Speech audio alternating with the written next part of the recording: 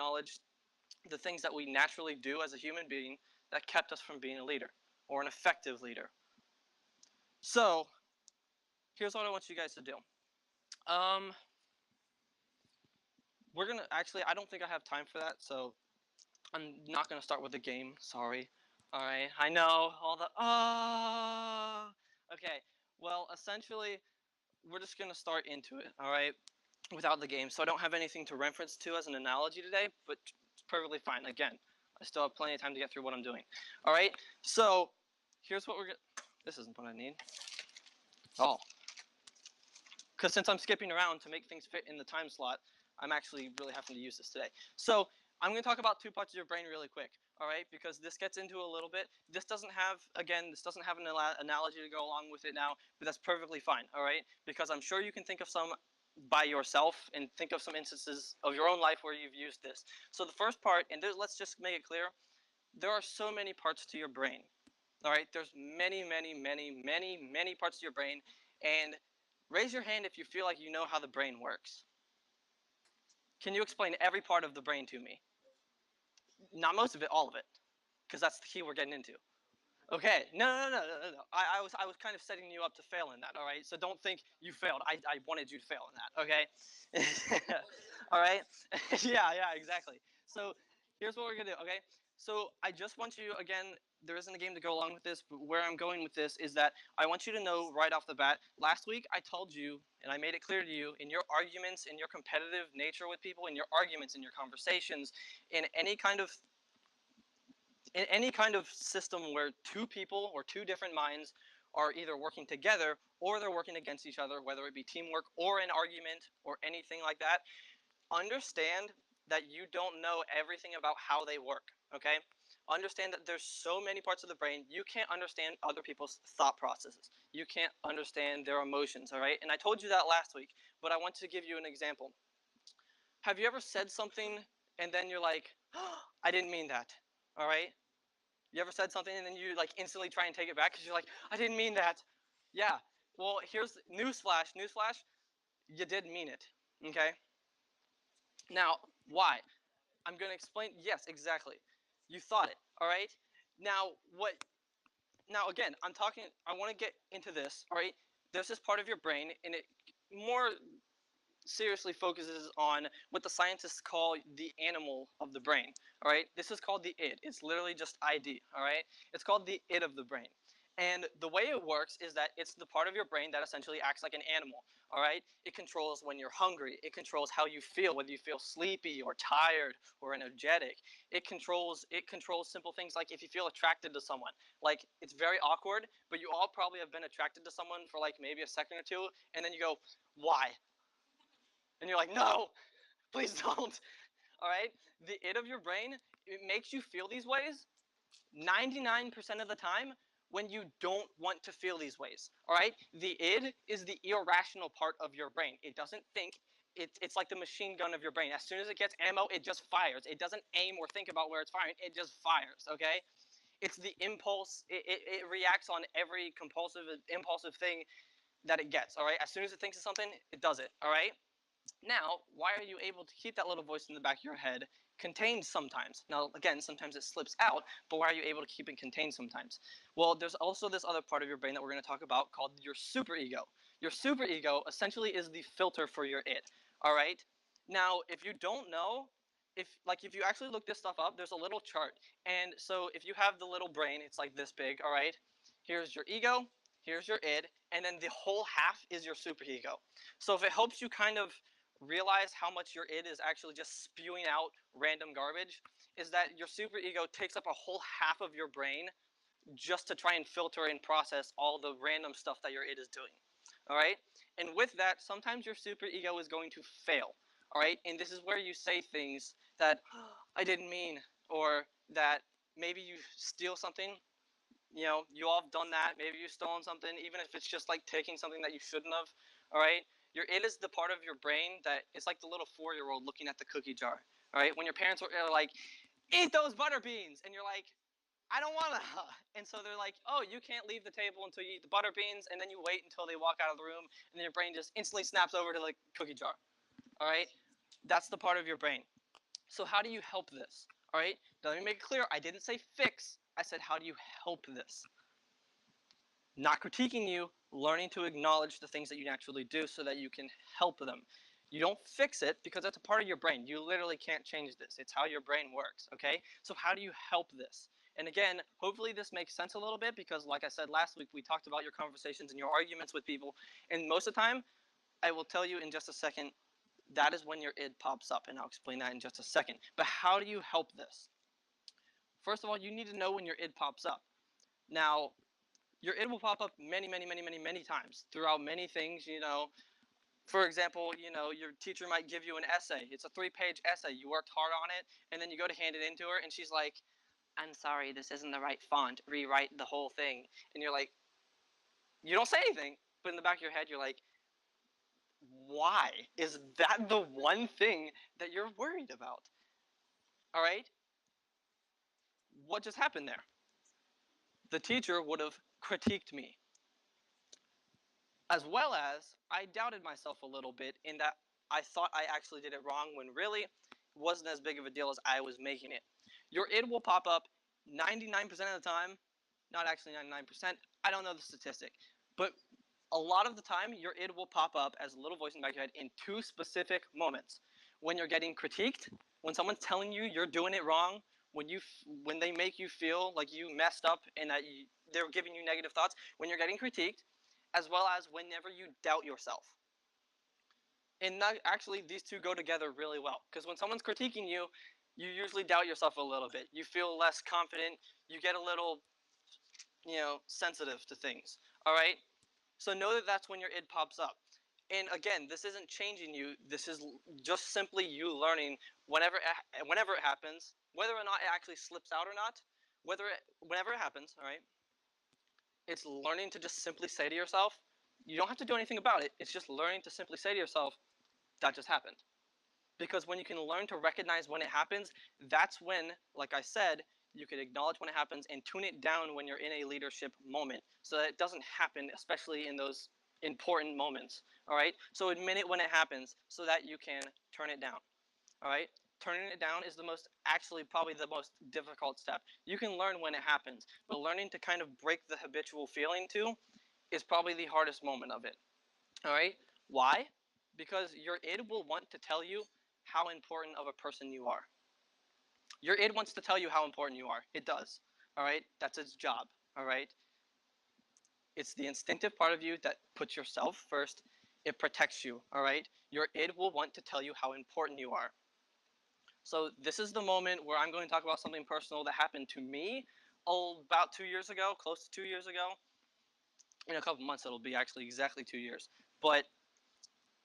And that matters in the story in just a second. But I'm going to talk about something personal that happened to me because, like I said, I don't think it's fair that for the past 2 weeks, I've gotten to talk about things like your competitiveness, and I talked about how to prepare yourself as a leader on the first week. I don't think it's fair that I use those examples if I can't give you an example of how I messed up, okay? I don't think it's right. That's why Adam, in my personal opinion, that's why Adam is always telling you about his life, because A, as a leader, you need to know your leaders. It makes you feel like you know them more, but more importantly, it gives you an example about how he's not perfect, all right? Don't think that just because I'm teaching you these things doesn't mean that I haven't done them or still do them naturally. Again, these are things that you habitually do as a person. So before I even start, I want to say right now, there's probably about 2 of you maybe 3, but more likely 2 of you that will know exactly who I'm talking about probably as soon as I start the story, okay? So there's 2 things I'm going to ask of you, okay? One, I'm asking that you do not say the name, not to anyone else in this room. This is not respect for me. This is in respect for him and for everyone involved in it. Secondly, I'm asking that the fact that and this goes to all of you. This doesn't just go to those of you that may know who I am, who it is, but this goes to everyone in the sense that I'm not in the mood to start this back up again after it's already been 2 years since it happened. So the fact that I even talked about it doesn't leave this room, okay? Not that I don't trust any of you. I do trust all of you, okay? I don't think it'll be that hard to not talk about it. But so a little backstory, because I think I have plenty of time. It's not that boring. But I do have a little bit that you need to know in order to know his or her perception of how they got to know me. So 8th grade year, if you don't know, my 8th grade year, I was a totally different person than I am right now. Okay, I was shy. I didn't like talking in front of people. I would never do anything like this. I didn't like people in general. Okay, my hair wasn't the same. I had Harry Potter glasses. Yeah, I get a couple of laughs out of that. Anybody who remembers my Harry Potter glasses, those were nice. Okay, because doing magic, get it? Haha. All right, no, okay. So, so I was a totally different person. So the summer in between my 8th grade to freshman year, I've always called my big changing moment in my life, because that's when I went through about 2 to 3 months where I seriously, honestly, absolutely reinvented myself as a person. I reinvented myself, appearance wise, as well as deep inside myself. I think I've gotten rid of 90% of the fears or weaknesses that I used to have. But in the same way, I also regret doing so, because I will tell you right now, I don't think I'll ever go back to that state. And as well as, I'll just tell you right now, I don't know which of me I like more. So, but anyways, what you need to know is that the summer between my 8th grade and freshman year, when I really came out about magic, which was about a fourth of the way through 8th grade year, I actually started doing it to people. It was awful. It was absolutely awful. It was probably one of the worst years of my entire life. Okay, and this is what led to me changing myself. But when I started magic, everybody hated me. All right, I can't tell you the number of times I got my cards stolen from me from other people, because they just simply didn't like it. All right, I was a nerd. I was the most unpopular person in my entire school. Then here's what you need to know. This is where it starts to get important, because this is where you're going to learn his or her how they viewed me and their perception of what they were seeing. Okay, freshman year, I cannot tell you. I don't know what changed. I really can't tell you right now. I don't know what changed with people. I come in the first day of school, and every single person in that high school knew my name, and I knew nobody's name. I don't know what happened. I don't know what changed over the summer, but it's like instantly everybody was wanting to see magic from me. Even like seniors and juniors, and I was a freshman. I knew nobody. Okay, and all these people literally knew my name by heart. I don't know how. I don't know what changed. I still can't tell you to this day why people seem to enjoy magic when they hated me 8th grade year.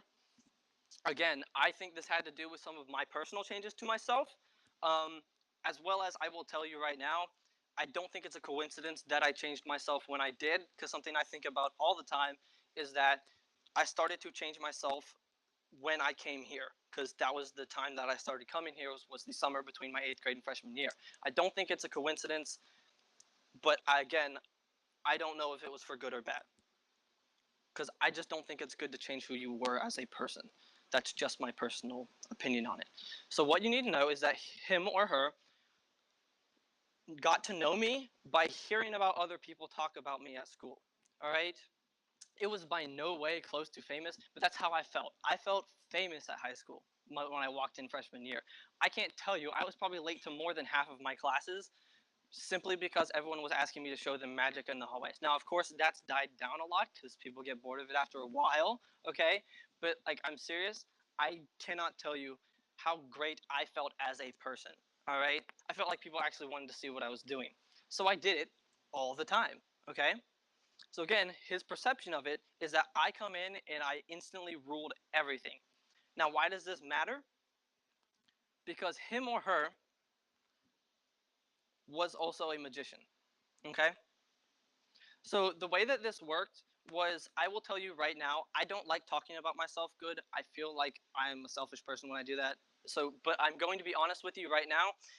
I was at a higher understanding in terms of knowledge and my progress with magic, in terms of what I knew and how well I could do it, than he was. All right, I was farther progressed in terms of it, and this is in no way an insult, but he was doing what us magicians call parlor tricks. These are the tricks that, like, you can literally just look up on the internet and learn in like 30 seconds. These are like the tricks that you might see someone do in like 5th grade, like, haha, I know how you did this, and they don't, like, these are the simple things that you start out with.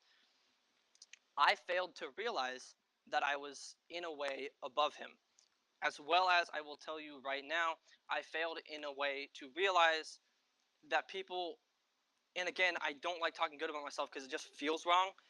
But being honest, I knew at that time that people preferred watching me over him. But I failed to recognize that. I failed to acknowledge it, which again is the whole point of this series. I failed to acknowledge that I was already above him. I didn't need to do anything. I was in a perfect place. Now again, I will tell you right now, I'm a very realistic person, and I will be honest with you, even though it sounds like the common thing that people just say, I believe it wasn't my fault, but it's more my fault than it was his. I had no problem with him. I had no issues whatsoever. But again, as it sounds like what I'm about to say, it sounds like the common thing, but I will tell you, I truly believe it was at least not 100% my fault because he started it. I had no issues. I actually didn't even know he was a magician until I'm walking in the hall one day, and I knew who he was. I heard about him, all right? But I got this really negative sense as I remember it clearly. I was walking from building 6 to building 4, which, just for those of you that aren't Warren, I'm going this way. He's coming the opposite direction, and I just happened to glance at him for like a millisecond. He's like all the way up there, and he's staring me right in the eyes, okay? I'm just telling you this is how it happened. So I had never met the guy one time, okay? But as soon as I looked at him, I had this negative feeling. I was like, he doesn't like me, because he stared at me all the way for like 30 seconds as I'm coming down the hallway. Probably wasn't that long, but it felt like forever because it made me nervous. I felt weird, okay? So as I'm coming, and I'm like, he better not stop, all right? In the back of my head, I'm thinking, he better not stop. He better not stop. And he gets to me, and he's going this way, and he turns around and walks right next to me. And in the back of my head, I'm thinking, you're going to talk to me, aren't you? I really didn't want him to talk to me because I knew, like I said, I knew when I saw him looking at me, I knew it was going to be negative. So he says to me, if you don't stop doing magic, I'm going to make sure you don't do magic anymore. Now, let me be honest, again, this is after I changed myself. I was a pretty confident person walking into freshman year. Again, like I said, everyone knew my name. I was pretty confident. I wasn't worried one bit. But the issue was where that went. Because as well as he saw me in a negative way, like I said, because it was like I just had the spotlight immediately. So I don't blame him. Let me make it clear right now before I tell you how ugly this got. I don't blame him in the sense that I didn't realize that I didn't need to react in any way. Like I said, I knew that I was at a higher understanding than him. I knew people just preferred watching me over him. I didn't need to react in any way because all the things that led up to it probably made me look like a better person at first. At first. So about a couple weeks later, again, I'm doing magic. I don't care. All right, didn't worry me one bit. So then it was before a football game. And for us that are in marching band, we stay after and we eat a Subway and stuff. And I came back up to the high school, and there were like, I think it was 2 cheerleaders and like maybe a volleyball player. I don't know why they were there after school. I knew 2 of them were cheerleaders, so it made sense why they were after school. There after school. The other one, I don't know why they were still there after school, unless they were just staying for the football game, like I was. So I was there, and they asked me to do magic. So I start doing magic. I get into like 2 tricks, and I'm about to do a third. And as I start doing the third, he, who shall not be named, he, for the respect of everyone, he comes out, and I see him coming out. And as he comes out, he starts walking towards me. And I'm like, okay, he's going to watch. He might not be happy. He might say something bad at the end. I was ready for it. But what I didn't expect was exactly what he did. So he comes up, and as he's walking up, I realize he's saying a bunch of jumbled stuff that I'm trying not to think about. I'm trying not to focus on while I'm just doing the trick because I'm focused on sleight of hand. I'm focused on what I'm trying to do. I was in the mindset of ignoring him, okay? And what I didn't realize until he got really close, that he was saying the name of sleights, all right? He was naming off random sleight of hand moves. He was naming the random sleights, right? And he was spouting off, I know this, I know that, blah, blah, blah, blah, blah. And I will tell you right now, what I failed to realize in myself, in my own, if I would have just taken a second to think about it, was that I didn't realize he was naming completely random things. I still realized that, again, I knew I was at a higher understanding than him. I know for a fact he did not know how I was doing what I was doing, but I took it as still super negative because he was just naming off things just to try and get the people who were watching what I was doing away. And he succeeded in that. I remember because as soon as he started saying things, they just literally walked away. They didn't say a single thing. They didn't say, oh, never mind, or bye, or whatever. They just turned around and walked away. It was complete silence, okay? I'll tell you right then and there, I wanted to punch him really, really, really badly, okay? And that was my impulsiveness. But what I failed to realize is that if you know anything about me, I don't care if you know how it's done. The truthful, honest me doesn't care if you know how it's done, but I was letting my id take over. I was letting my competitiveness take over, all right? I wasn't prepared that day because at that time, I didn't know anything about the hierarchy of needs or any of that stuff I taught you. I didn't know that stuff, all right? So in my mind, if I had to honestly look back at it and tell you, I wasn't prepared for it that day. So this is what led me into being so negative about it. This is where I started to retaliate. I can truly honestly tell you with my full heart that for probably the 2 months that this went on, and there's lots of stuff I'm not even going to tell you that happened, but understand this isn't like a couple weeks thing. This was like 2 months of stuff that we argued about and fought and bickered and so much back talking behind people's backs. It was awful. So I can truly tell you for at least 2 months, I did nothing but let my id control how everything about me worked. And the reason I can tell you that is because I know, looking back on it, I did nothing but think about him all day, every hour, every minute, every second. I didn't pay attention in class. I didn't do anything but think about him. I let my anger control me, and I let him control every part of me. Will knows who I'm talking about. And if you don't believe it, you can ask Will. I was so angry and mad all the time. I truly believe, and I can honestly tell you, that this was probably one of the ugliest moments of my life because I had nothing but hate inside myself for this guy. So what did I do? I remember it was probably a couple weeks after that. I happened to see him doing magic at lunch, right? And again, it's something simple. And so I thought, oh, I can one-up him, right? Because he actually didn't know what I was doing, but I actually knew what he was doing. So what did I do? I started literally going through with the people he was performing for. I sat down with them, made sure he went away, and I started literally going over with them exactly how we did it. Yeah. I think it's probably one of the worst things I've ever done as a person. I failed to realize that I was already above him and that I didn't need any more popularity that I already had. All his attacking on me probably made me look like a better person. And I failed to realize that in time before I ruined it. I did this for more than just once. I did this week after week after week, every time I saw him do anything. I made it impossible for him to keep doing magic. I pushed him away from it. I can't even tell you honestly that I've ever seen him pick up a deck of cards ever again, other than one specific event that happens throughout the year where it's kind of weird, but we actually have to do magic together for the same event because it's school and they ask us both to do magic. It's awful. But I can tell you honestly right now, I've never seen him pick up a deck of cards ever since then, other than that one moment that happens out of the year.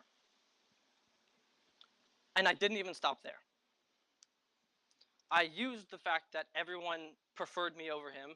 I used that, and let me tell you, I will be honest with you. I will never try and tell you anything that's not true. And as well as I'm going to be honest with you because I don't think I did this intentionally, but I didn't realize I was doing it. And again, that's the whole point of this, is realizing when you're doing these things. Because you don't realize when you do them because you do them naturally and it seems like nothing. What I did is because I had so much hate and anger inside myself, what do you naturally do? You talk about it and you complain about it. Anything that makes you somewhat not happy, you normally resort to talking about it and complaining about it, or anything negative that you can possibly say about it to get it off yourself. I already won the battle, but I didn't stop there because I was still angry. Probably because I already knew I didn't handle it the right way. I don't know why. That's the reason I think it happened, but I can't tell you why I was still so angry. But I was still just so angry all the time. And I resorted to talking to everyone I possibly could about how much I hated him and how awful he was and just how much he irks me and bugs me and everything. I just talked down on him all the time. It's all I did. It's all I focused on. It was what I lived, breathed 24/7. And what I did in this moment that I hadn't realized is that I turned everyone against him that I possibly could get on my side.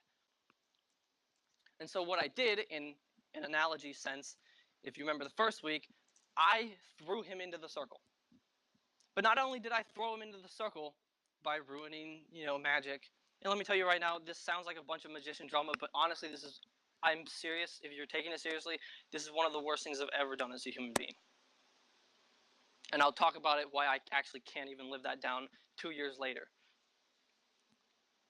But I didn't even only push him in the circle. Then I got everyone around me that I possibly could, and I expanded the circle to the point where it was so big, I made it nearly impossible for him to get out of the circle. I made it as hard as I could for him to find his own way out of that circle, if you remember the first week. And if you remember the second week, I talked about your competitiveness. At first, I was able to play the infinite game, if you remember that. I saw that there was room for both of us. I saw he didn't like me. I was okay with that. Until, again, he pushed me to the point where I started to play the finite game. He was playing the finite game, and I was playing the infinite game, and everything was fine until I let him push me to the point where I was playing the finite game. I did this. I broke him. I destroyed him as much as I could. I broke him. I did that. And I can't even live that down 2 years from now. Because even 2 years from now, the results of what I did are still there. I can't tell you the number of times on at least a weekly or monthly basis that I get other people in the high school to tell me, hey, I saw him doing something. But don't worry, I got your back because I told him how awful it was. And I told him he should probably just keep stopping and not do it. Even in the summer, it doesn't even have to be school. I remember when I was at youth camp, I got a text message at youth camp about someone telling me that they saw him doing a trick and that they stopped him. So don't think for even a second that 2 years from now, I'm still not regretting it. Because it doesn't matter to me that he didn't like me. It mattered how I reacted to it and how I naturally did things that we do as humans and how much it destroys your relationships with people. And that's all I have for you. There's no happy ending. There's not. It's still awful. Because I caused it. Again, I will take 90% of the fault for that because I let him drag me into it. I will take 90% of the fault. I didn't start it. I know that for a fact. I'll be honest with you. I don't think I started it. But I will take 90% of the fault for what happened in that situation because I couldn't control my own natural tendencies to the point where I didn't break someone. So I only have a few minutes left. And so with last week and this week and the week before, everything, just all of them in general, I want to give you guys some of the tips that I've used throughout the past 2 years, ever since this moment of my life. Some of the things that I've learned in terms of how do you start doing this? How do you start to realize the things that you naturally do so that you can tune it down? How do you start? The problem is, where do you start? The first thing I'd recommend to you is know your strengths. It's very simple. Know your strengths as a person because that's what you can use to learn to do this. You know how you learn as a person, and you know that you can learn to acknowledge when you do these things that I've been teaching. The second one is know your weaknesses. Know your weaknesses because I'm challenging you all right now because I promise you this will be a revolutionary moment within your own life like it was for me because I want you to know your weaknesses so that you can challenge them. My biggest problem, and this is one of the craziest things I ever learned in my life that I'm going to tell you as we finish up here, I never realized how weaknesses work until I started to do this. And a guy, I remember actually reading this in a book. I can't remember which one of it was, but I remember I read this in a book, and it absolutely changed my life. You don't realize until there's no way for me to teach it to you. You just have to learn to realize it on your own. All the weaknesses, or a very vast majority of the weaknesses that you have right now, you're choosing to have them. I'm serious. I've lived it myself, and I've learned to realize that most of the weaknesses that you have, you're choosing to have them. Because the third thing I want to tell you right now is know your fears. Know your fears because those directly correspond to your weaknesses. All right? Why do we not even bother to challenge our weaknesses? Because we're scared of them, because we're scared of failing, because we're scared of messing up again. You know, maybe you do an oral presentation in school and it doesn't go well, and so you go, you know what, I'm just not good at that, so I'll never do it again, because next time it comes up, you're like, I'm not good at that. Well, did you try a second time? Probably not, because you've probably been telling yourself that you're bad at it for your entire life, and you're scared of failing. I promise you, I seriously promise you, because I remember doing this, and I still try and keep track of it. If you were to go home right now and write down a list of all the things that you think you're bad at, I promise you a vast majority of them are probably not true. You're just actually scared of them. There is a difference between a fear and a weakness. You're probably just scared of it, but you don't realize that you're actually probably pretty good at it. For those of you that knew the old me, I was awful at talking to people. I didn't like people. I already said that. I was so introverted. I hated being around too many people at once in general. I'm telling you right now, if you think that's a weakness, I can give you so many sources of how I learned to talk to people. So many, all right? Books. Gary Chapman wrote a book called The 5 Languages of Love. That's a great book to read. Doesn't even have that much to do about relationships, all right? But it's so great. So how do you do these things? Because I don't have much more time. I'm even going over, and I hope you're okay with that. But how do you do these things? Small steps, small steps. Everything that I've taught you, you have the skills to beat your weaknesses now. All right, because this is what I've learned, okay? Small steps, and I mean so small to the point where like it literally doesn't even feel like a challenge at all. That's how small I'm talking about. Small steps in front of a safe environment. This, safe environment. School? Nope. Home? Probably a safe environment, most likely. Out in public? Probably not.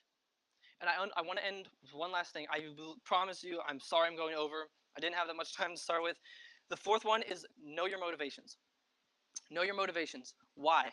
Because if you don't know why you're doing something, you're probably doing it wrong. Okay? Know your motivations because I want to give you an example. Okay? I'm obviously not getting money for this, but how many of you have seen a speaker before in your entire life? Okay? You've seen someone that you literally know is hired to speak, right? You've had speakers who are literally hired to speak, all right, and teach you things. Do you think they're doing that for free? No, right? Exactly. All right? Do you think I'm just doing this because I feel like doing it? No. I'm doing this because now I don't have to make a couple videos for quite a while because I have 3 videos I can put up on a channel. Like I don't have to do anything. Does that make me selfish? Does that make me selfish? Yes, it makes me selfish. I'm selfish. You're all selfish. Learn this. Because I promise you, every single thing that you do in your entire life, no, I'm being serious right now.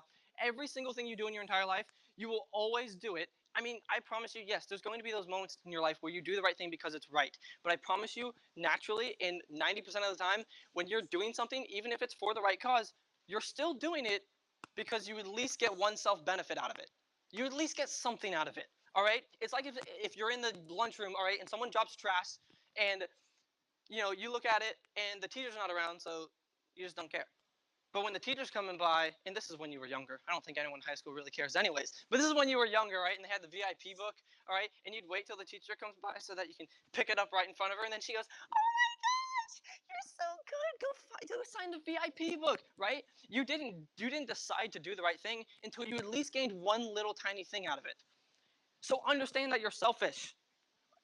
The goal here, I'm sorry, I really feel bad for going over, but this just because you're selfish doesn't mean you still don't want to pour into people. It doesn't mean you still don't want to do the right thing. It just means that it's very, very, very hard for you to do the right thing without gaining something out of it. So what I want you to know is that if I had a scale of doing it for the right thing and your own self-benefit, here's what I want you to realize. You need to make sure this is always at least a tiny amount higher than this. Because as a leader, two things might go wrong. If you're doing it for too much good and you're not making any self-benefit of it, like say you're doing a job, say you work for some kind of charity organization when you're older, or like nonprofits. A lot of people think nonprofits don't make any money, which they do, but I'm just giving you an example. Let's say that you went out these doors right now and you decided for the whole rest of my life, I'm only going to do the good thing. I don't care about money. Well, then how are you going to keep doing the right thing if you can't provide for yourself? You can't, right? So they both fall off and then it fails, all right? But if you're trying to lead people as a leader and you're worried about yourself so much, obviously, this is a very obvious one. Everyone's going to look at you and say, you're only doing this to benefit yourself. And then no one's following you, and so you have no one to lead, so you don't make anything. They both fall off. The goal is to have this at least be 1% higher than your own self-benefits. That's how you know you're doing it right, is when you know you're doing it for more than the right cause, more than you are for yourself. But understand that your motivation is your own selfishness, because if you didn't make any money at your job, for example, you wouldn't be able to do your job. So understand that a lot of people look at selfishness and they look at it as if it's an awful, awful thing. No, your selfishness is blah, blah. Your selfishness is one of your best motivations as a human being. It's one of the best motivations you can possibly get, is the fact that you want something out of it. So use that to your advantage to motivate yourself, all right? Because understand, you need to be at least a little selfish. Otherwise, you're not going to be able to do your job, to do the right thing. You need to be able to fulfill yourself. You need to be able to fill yourself up. You need money to buy food, to feed yourself, to have a house, to have water. You need those things. Otherwise, every day when you go out in the world, you're going to be in just as bad as a position as the people you're trying to help as a good example. You are the light of this world. So stop telling yourself that you have weaknesses that you don't. Pull people out of the circle. Don't play the finite game. And just learn that your selfishness can be one of your best motivations to do something, to get something done. Your own want for something is probably the best motivation you'll ever have, because it's your most natural one that your brain wants. So with that, that's what I'm ending with. Does anyone want to lead us out in prayer? Samuel.